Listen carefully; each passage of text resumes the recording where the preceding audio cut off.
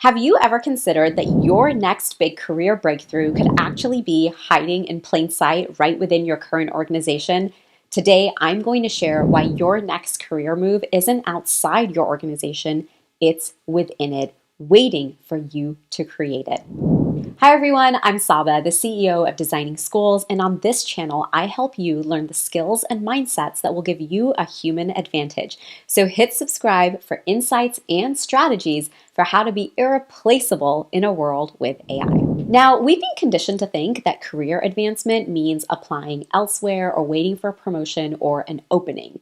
But what if you didn't have to wait and you could just create your own new role right where you are? What if instead of waiting for an opening, you created one? Now, Seth Godin calls this being a linchpin, and it's actually how I went from classroom teacher to education executive at Apple to director of innovative learning at Keck USC, and how I was able to get those roles because they honestly weren't even on my radar, but together through doing a couple of things that I'm going to show you in this video, I was able to create them. Because for years, people have asked me, how did you make this transition? How did you go from this job? How did you get recruited by Apple? And a lot of times the answer to that question was really hard because there kind of has to be a moment that you can take advantage of. And the last time we had that kind of moment was when the iPhone and iPads had come out. And now with AI tools like ChatGPT, that moment is here again. It's not going to last forever. And that's why I'm making this video. Now, the reason why starting inside your organization is beneficial is because creating this opening is really about being able to identify gaps, understanding needs, and then positioning yourself as the person who can create the solution. And this is a lot easier to do when you know the organization inside out. So a lot of times it starts within your organization and then opportunities outside your organization will organically emerge. When I did this for the first time, I was actually teaching at Fairmont and they wanted to go one-to-one with iPads. This is back in 2012, but they weren't quite sure how. And so I actually volunteered to lead the pilot. This generation is either app dependent or app enabled. And we wanted our teachers to really be app enabled. It was really important that they didn't come and say, I need to teach this. What's the app that I'm going to use? We wanted them to see the iPad as more of a creation device. This is what I want to do. Envision anything. And this act of volunteering, this is actually a really important one because a lot of times where people are like, well, you're going to pay me to do this. And trust me, I am big on money. There's always a time and place for money. However, sometimes volunteering in the short term and doing something in that way opens up much more opportunity in the long term. So you want to make sure you're balancing the two. So this act of volunteering, while yes, it took my personal time that in the moment I wasn't being paid for, it allowed me later within like less than 3 years to actually triple my income. And it was this volunteering that actually led me to being recruited by both USC and later Apple. Now, with AI, the opportunity to do this has never been greater. And there is sort of like always this like a window you want to take advantage of. And I really learned to do this because I graduated during our last big inflection point with the iPhone in 2007. And we're going to do it again with the iPhone in 2007. We're very excited about this. And And just a few months later, if you remember, in 2008, we had the Great Recession. Let's talk about the speed with which we are watching this market deteriorate, down by full 5%. We're down over 16%, 18%. The stock market is now down 21%. 43%. What in the world is happening on Wall Street? This could be the most serious recession in decades. And that means life, as most Americans know it, is about to change, in some cases dramatically. And I got my first layoff notice. And while I was always fortunate to get another job, that frustration of getting a layoff notice every year in education, having to start the application process all over, was just beyond frustrating. And in 2010, when Seth Godin wrote this book, Linchpin, it completely changed my life. I don't even remember how I came across it, but in the book, he basically shared how like that deal of like go to school, get good grades, graduate, you'll get a great job and stability for life expired in 2007, the year I graduated. And he kind of went on to say that in this new world of work, it's important to not just know what makes you unique, but you need to be a problem solver in your organization, somebody who takes initiative. So, when this opportunity came up to kind of pilot this program, Yes, I wasn't initially being paid, but that was my chance, or I saw that as my chance to be a linchpin. And like I said, it just completely changed my life. So being a linchpin in an AI world, I promise, will make you irreplaceable. And here's what he shares in the book about what it means to be a linchpin. He says the job is what you do when you are told what to do. The job is showing up at the factory, following instructions, and being managed by somebody else. Someone, he says, can always do the job a little bit better, a little bit faster, a little bit cheaper than you can. The job might be difficult, he says. It might require skill, but at the end of the day, it's just a job. Your art, on the other hand, he says, is what you do when there are no instructions and no one can really tell you exactly how to do it. Your art is the act of taking personal responsibility, challenging the status quo, and changing people. And he says, I call the process of doing art the work. It's possible to have a job and do the work too. In fact, that's how you become a linchpin. The job is not the work. Now, today, AI can do most jobs better and faster than you ever can. But what AI can't do is be a linchpin. So here are the 4 strategies to start with that are going to make you the AI person in your organization.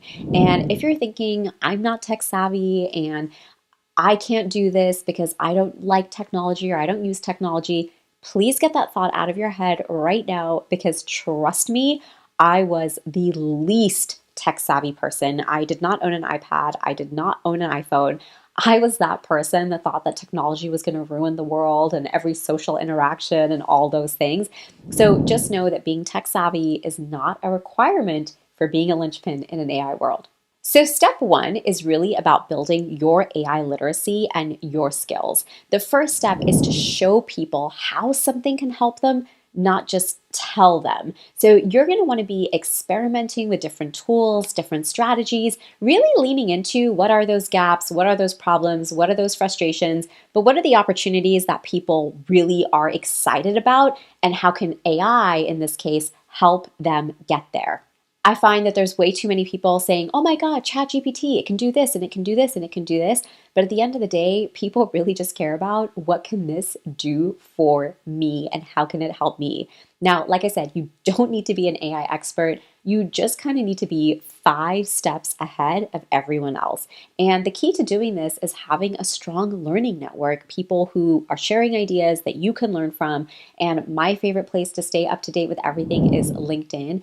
And in the description, you're going to find a link to my free guide where I share the top people, email newsletters, and organizations to follow so that you will always be 5 steps ahead of everyone else. All right, this brings us to step number 2, which is to be able to identify AI opportunities. Now, I talked about this a little bit earlier, but remember, anyone can YouTube or Google how to use ChatGPT, but not everyone can show people what it can do for them. Being able to contextualize the technology for people is really the key to getting people motivated about any kind of change, really not just AI. Showing them how it solves their problem, how it can help them do something that they couldn't do before, but really wanted to. And that's why we always say cultures of innovation begin with a culture of empathy, because you're going to want that data about people's frustrations, but also about people's hopes and dreams and what motivates them and gets them excited to be able to contextualize whatever it is that you are doing for them. Like I said, in this case, we're talking about AI. So I'm going to share with you the very first thing I ever did. When iPads first came out, I had learned about a tool called iBooks Author. Some of you may remember it. Basically, you could create these like amazing digital interactive books. They had images that you could put in them. So, no more black and white photocopies. You could add in like web links, presentations. You could embed videos. You could do so many interactive things where it was like you had an image and you could like touch parts of the image. And overall, it was just this phenomenal, game-changing type tool. And I could have come back and I could have literally just shared all the things I just shared with you, but I knew that that's not what convinces people. What convinces people is how those features can be applied to their unique role. So Instead of just telling people about iBooks and all these different features, I talked about the functionality. The first thing I did was create an example of how I would use it in my history class. And if you remember from your history class, you may have done something called a DBQ. They are a little bit cut and dry, they're a little bit boring, and they can also be kind of hard because, you can't always really zone in and zoom into the images and all these different kinds of things. And I created what I called the digital DBQ. And I really kind of highlighted how it was beneficial, especially for English language learners, because that was a really big part of our learning population. I showed how it could make learning more interactive, more engaging, and that's exactly what I would do today as well. I would take ChatGPT, but not just show people what it is and the different features, I would show them how it can help them, and I would contextualize that based on who I am working with. It is a winning strategy every single time. So if you're thinking about your role in AI, be thinking about what kind of problems do you want to solve? What kind of examples can you be sharing that are going to showcase to other people how it can help them either solve a problem or open the door to an opportunity. And one of the best ways to do this is to just go chat with people, chat with a colleague, find out what their problems are, find out what their frustrations are. And when you are the person who comes with a solution, about how AI can help, that is, like I said, what is going to make you absolutely irreplaceable, opening the door to a position or a potential opportunity within your organization. A lot of times, organizations don't know that they need, somebody in charge of AI, or they need somebody to lead the iPad program. These are new roles, new jobs. And we hear this all the time, right? Like, oh, we don't know what the jobs of the future are going to be. And one of the reasons we don't know what they're going to be is because we have to create them. And we create them by being able to identify these needs around us. And when we show up as the person who is creating the solution, designing the solution, you can be very strategic in how you take that conversation in your next promotion, your next review, to be like, I'd like more responsibility, or, what if we created this position, and things like that. And people are usually happy to let other people, have this responsibility to be able to solve that problem or that need within the organization. So now you might be wondering, okay, how can I better understand what opportunities exist? So let's head over to step 3, which is all about being able to gather insights with a survey. Definitely a more formal way of being able to collect this data. Most people, from what I see, are really designing strategy and working off of assumptions, not real data. Using the information from a survey, you'll be able to take feedback and turn it into a roadmap for AI integration. Now, not having this information is why most people spent 2023 focused on cheating and AI, when the data actually showed us, Stanford did an incredible study on this, showing that cheating hasn't even increased at all with ChatGPT. In fact, the research shows that young people are using AI tools like ChatGPT for support with mental health, asking for how to solve conflicts with family and friends. So while we are talking about how to stop cheating with AI, our students are building relationships with robots instead of the adults around them. And so again, working with real data, really knowing how people are thinking and feeling is much better than operating off of assumptions. That data about how people are thinking and feeling is not only going to give you valuable insights into how people are using the tool, but you'll also get to learn about their fears, their questions, and their curiosities. And all of this data becomes exactly what you need to be able to design workshops and trainings so that you are designing a strategy with people, not for people. And of course, you don't have to do any of this work alone.